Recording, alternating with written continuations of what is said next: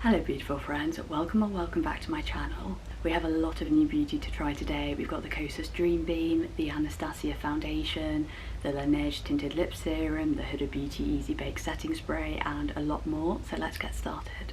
For my base I'm going to use the Kosas Dream Beam Comfy Smooth Sunscreen. This is SPF 30 and it's water resistant. I absolutely love the packaging.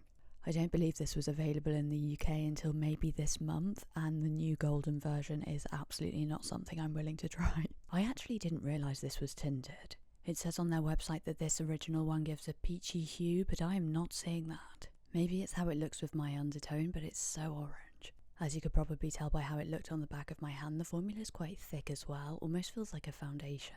I don't want to sabotage the other products I put on top by using this as a base, so let's try something else.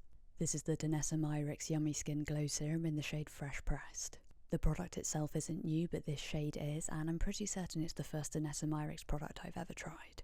This is much better. I did think it might end up looking a bit sparkly, but it just gives such a beautiful glow. It has a kind of pearlescent finish, which I absolutely love. I've heard that her other skin products are really good too, so I might need to try them. It's really lightweight and it feels like such a good base for makeup, so let's continue. I've been excited to try this next product. This is the new Anastasia Beverly Hills Impeccable Blurring Second Skin Matte Foundation. I was torn between shades 1 and 2, which are the two lightest shades. They're called 00N and 0CR respectively. I decided to go for shade 1 and quickly realised I had delusions of pallor, so I removed that and used shade number 2 instead, which is 0CR. This one also looks slightly light, but it matches my neck closely enough. How good does this look? My skin looks absolutely flawless. I love that it's really full coverage, but it's not too matte so it doesn't look like a mask. I definitely used under one pump for the entire half of my face. I am very impressed. There's another new complexion product I want to try though, and this one's a lot more affordable. This is the NYX Buttermelt Glaze Soft Glow Skin Tint in the shade 1 Whipped Butter, and as far as I can tell this is the lightest shade they do. This is of course a very different product to the Anastasia one. As it says in the name, this is a skin tint, so it's more luminous and has lower coverage. I like applying skin tints with my fingers because I feel like the warmth of my hands helps them blend in better. The shade looked a little bit pink online, but it's actually a pretty good match. I'm very impressed. Unfortunately, I often find with affordable foundations in particular that their lightest shades are either way too pink or way too yellow for me. And actually looking at it, the coverage is not bad at all. It's really lightweight and soft, and I found it very easy to blend. It's not at all sticky and it self-sets a bit as well. So this is the Anastasia Foundation and this is the NYX Skin Tint. They're £39 and £14 respectively, but the products are too different to compare. This concealer is absolutely not a first impression since I've been wearing it every day since I got it. It's actually a colour corrector, but I've been using it under my eyes instead of a concealer.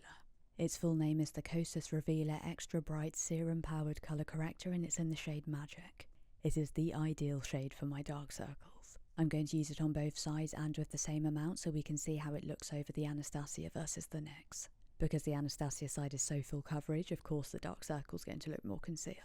I'm more interested though in seeing how the colour corrector layers over them. And as expected, it looks glorious, flawless and beautiful on both sides. If you're wearing makeup under your eyes and you smile, it will crease, but the trick here is that you hardly need any of this colour corrector, so there is less product to crease. I also place it low on my dark circles and then blend upwards. Next up we have some very squishy looking products. These are the Lip and Cheek Glowy Jelly Pots by Fui. This is the shade Sweets and it is squishier than I could have ever dreamed of. It is extremely sheer though. It is jelly-like, but it's also pretty dense, so you have to kind of break the surface before you get any colour payoff.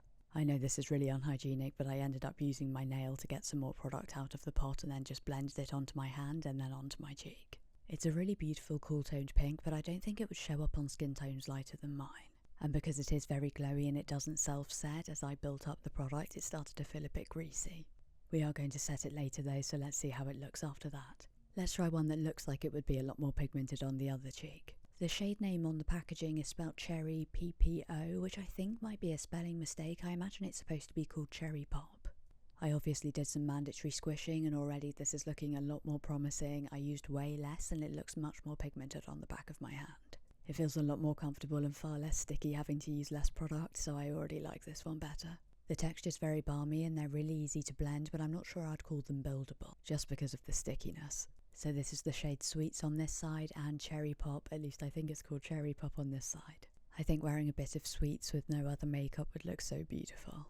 I actually don't have a new powder to try, but then when I was filming, this Huda Beauty Easy Bake Setting Spray, which is a new release, arrived, so let's try it. I'm a bit confused by it because the instructions say it has all of the blurring, smoothing and makeup setting benefits that you love from Easy Bake now in a bottle, which makes it sound like an alternative.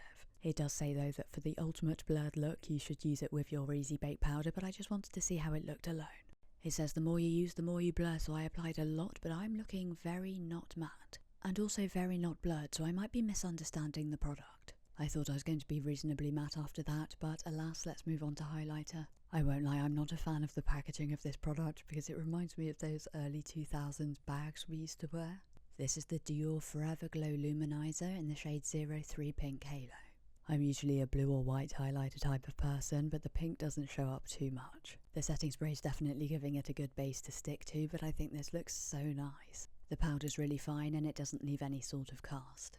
It's not the shade I would have ordered, but I'm glad it's the shade I was sent. This isn't new, but I used the Patrick Tar Major Brow Defining Pencil in the shade Medium Brown. Clearly I brushed my brows too aggressively because the spoolie fell off just like it did on my Charlotte Tilbury one. Sadly I am one of those people who cannot for the life of me do good eye makeup, but let's try. I'm tightlining my upper lash line using the Valentino Colour Graph eyeliner in the shade Green Stravaganza. Then I'm using the brush end to clean up my eyelids and using whatever's left on the brush on my lower lash line. I usually use eyeliner for tight lining just to make my lash line look thicker. Sorry that this keeps on going out of focus by the way, I'm using a different camera setting. And I will not be using it again. Now I'm going to use what must be the most dramatic looking mascara in the world. This is the Isamaya Lash Lasso Lash Wrap Mascara and it's in the Dead of Night. It is nowhere near as heavy as it looks though, which I appreciate. I saw this in Selfridges and pretty much immediately decided to buy it. And the packaging was at least 90% of the reason. As always, I'm curling my lashes beforehand, I just use these Tweezerman ones. At this point I probably should have powdered my T-zone because I am looking so oily. Anyway, I applied the first coat of the mascara. It's very black. It did weigh my lashes down a tiny bit as you can see, but not too much. I applied about 3 coats in total. If you've seen my videos before, you might know that I used to have trichotillomania, which is when you pull your eyelashes out because of anxiety, and they never really grew back properly, so the fact that this mascara looks pretty good on me is actually quite an achievement. This is a new release from NARS. It's called the Afterglow Tempting Eyeshadow Palette. I love the shade of pink of the palette itself. The colour story's a little bit unusual. The orange doesn't look like it belongs there.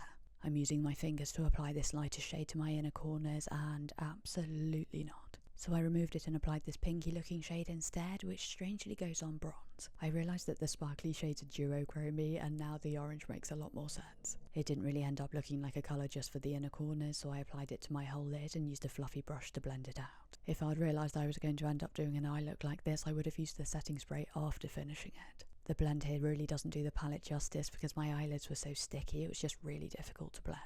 Despite that though, I do think it looks pretty good and I like it with the emerald eyeliner. Now onto the lips, I'm going to use the Wonderskin 360 Contour Lip Liner in the shade Nutmeg. It's not very pigmented and it doesn't have a particularly creamy formula. It does build quite nicely though, and I appreciate the waxy formula because it usually means that the lip liner will last a lot longer.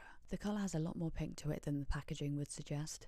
I'm doing my usual lip contour technique, which is applying a little bit more around the corners of my mouth and then just one line down the centre of my lower lip. It's kind of like underpainting for your lips. I usually do this when I'm going to apply a sheer lip balm or lip gloss over it. And I finally got my hands on one of these new Laneige tinted lip balms. This is the shade Peach Glaze. By the way, the full name of the product is the Glaze Craze Tinted Lip Balm. I was expecting it to be a little bit warmer. To me this looks more like a neutral pink.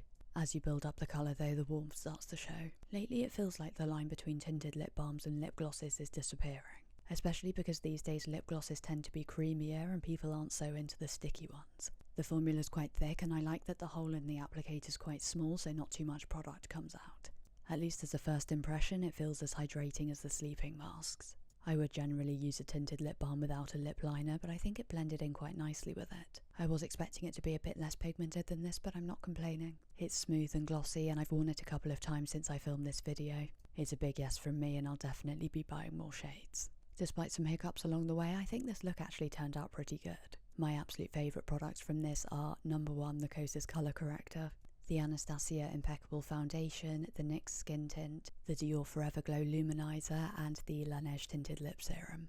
As always, I will link everything I used in the description box. Thank you so much for watching this video. I really hope you enjoyed it and I will see you again soon. Goodbye.